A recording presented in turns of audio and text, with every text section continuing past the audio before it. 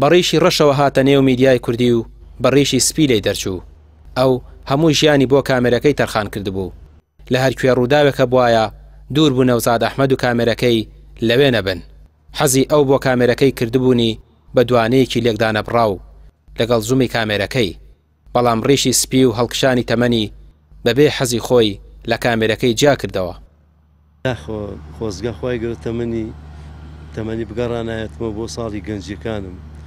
ئەو کاتە من بەڕیشی سوورەوە هاتمە ناو کایە ڕاگەانی، ئیسە بەڕیشی سپی ماڵاوایەکەم لێ.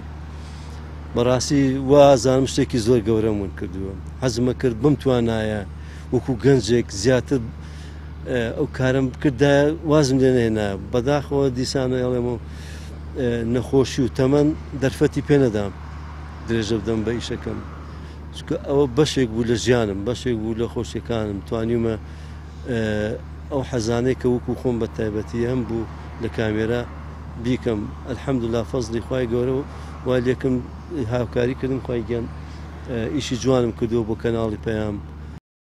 پەیام ڕێزی لە خەباتی 31 ساڵەی نەوزاد ئەحمەد گرت و لە مەراسیمێکدا خەڵاتی خەبات و شکۆی بەخشیە دڵسۆزی و ماندووبوونی.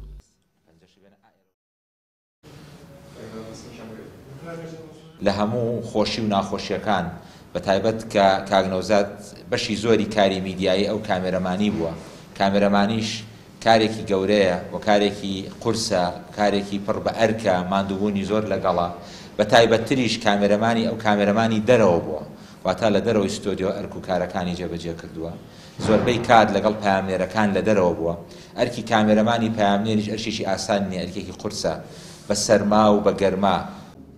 نەوزاد ئەحمەد کەم کەس هەیە لەم کەناڵە کاری لەگەڵدا نەکرد بێت و هاوڕەکانی ڕووداوەکانی کارکردن لەگەڵیدا دەگەڕنەوە. من ئەوەندا ئەڵێم یعنی ڕۆژانەکە کاک نەوزادمان نەبینی بە ڕیشی سپیەوە ئیتر ورە و بەرخۆدانێکی گەورەی خستە بەردەمێمەوە.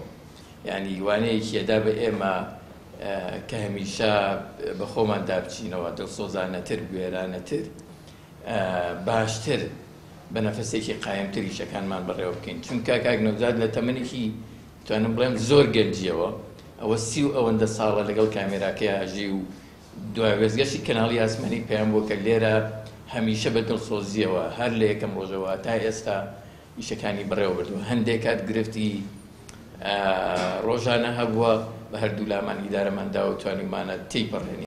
کامێرەمانی کاک نەوزاد ئەوەندە مێژوەکەی دوور و درێژە و کاک محەممەدش باسی کرد، قەنەعەتم وایە زۆرینەی قیاداتی ئیسلامی کاک نەوزاد تەسویری بۆ کردوون، نیشی بۆ کردوون. لەبەرەوە بەڕاستی ئەمڕۆ کە ئێمە خۆحافیزی لێەکەین، ینی بۆ منیش ینی جێگای دڵپڕیە، چونکە کاک نەوزاد بیرێتی جارێک بە یەکەوە بووین لە مڵەخوردەوە هاتینەوە.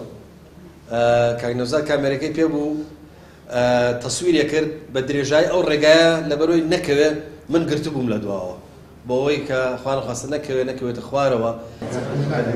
ماڵ ئاوایی و جیابوونەوە لە پەیام بۆی گرانە و فرمێسکی لە چاوی خۆی و کارمەندەکانی دیکەش هێنایە خوار. منای خۆی گەورە ڕۆژێکی وەکو ئەمڕۆدا کە من کۆتاییم بە کاری میدیاکاری مێنا لە کەناڵی پەیام بە حەسەتێک و بەڕاستی زۆر من جێگای داخیشە کە من توانیم چەند ساڵی خزمەت بکەم لێرە.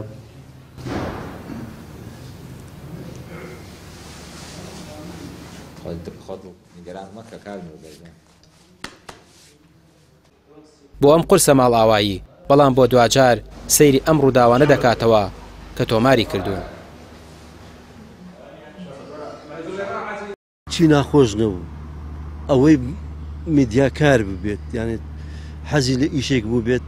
من ناخۆش ناڕەحەت بووم، ئەو ناڕەحەتی بە ناخۆشین لێک نادەمەوە.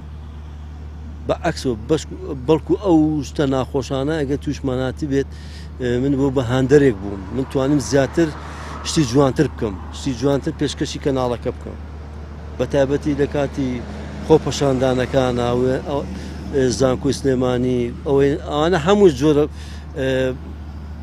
شوێنەکان. یعنی من ئیشی ناڕەحەت قورسی وا بۆ کردومە بە تەماش نەبووم تایە خۆم بمێنم. ڕیشی سپی بووە و هاوڕێتی لەگەڵ کامێرە کۆتایی هات دواوێنەی لەگەڵ هاوڕێکانی لە پەیام چرکاند و ڕیکۆردی ڕووداوەکانی لێرە داوەستاند خەرمانی کارەکانی بوون بە ئەرشیفێکی گەورە بۆ میدیای ئیسلامی و بەتایبەت کەناڵی پەیام ڕامیار عوسمان کەناڵی پەیام سلێمانی